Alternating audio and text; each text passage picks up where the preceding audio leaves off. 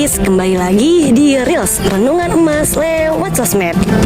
Sobat Muda Kids, kali ini temanya tentang sedekah. Berbagi itu bikin happy.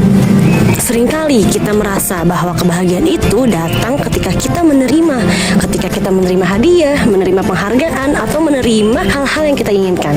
Padahal dalam Islam, kebahagiaan itu hadir ketika kita memberi.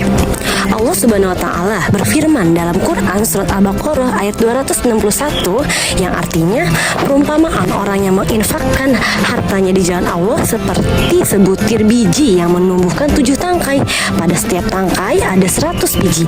Allah melipat gandakan bagi siapa yang ia kehendaki. Ayat ini menunjukkan bahwa sedekah tidak akan membuat kita miskin. Justru Allah akan melipat gandakan balasannya.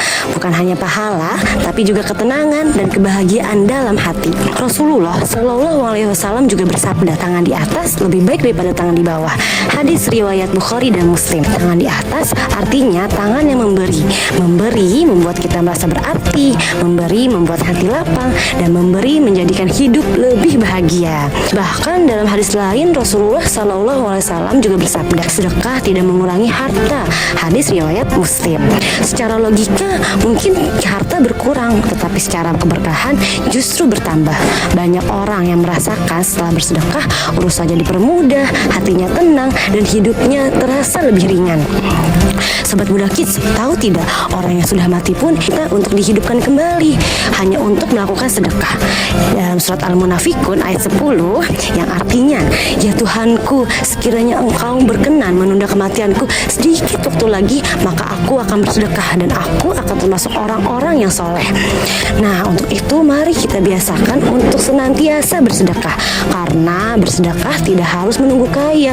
Senyum adalah sedekah, membantu teman adalah sedekah, menyingkirkan duri dari jalan adalah sedekah, dan berkata yang baik pun juga sedekah.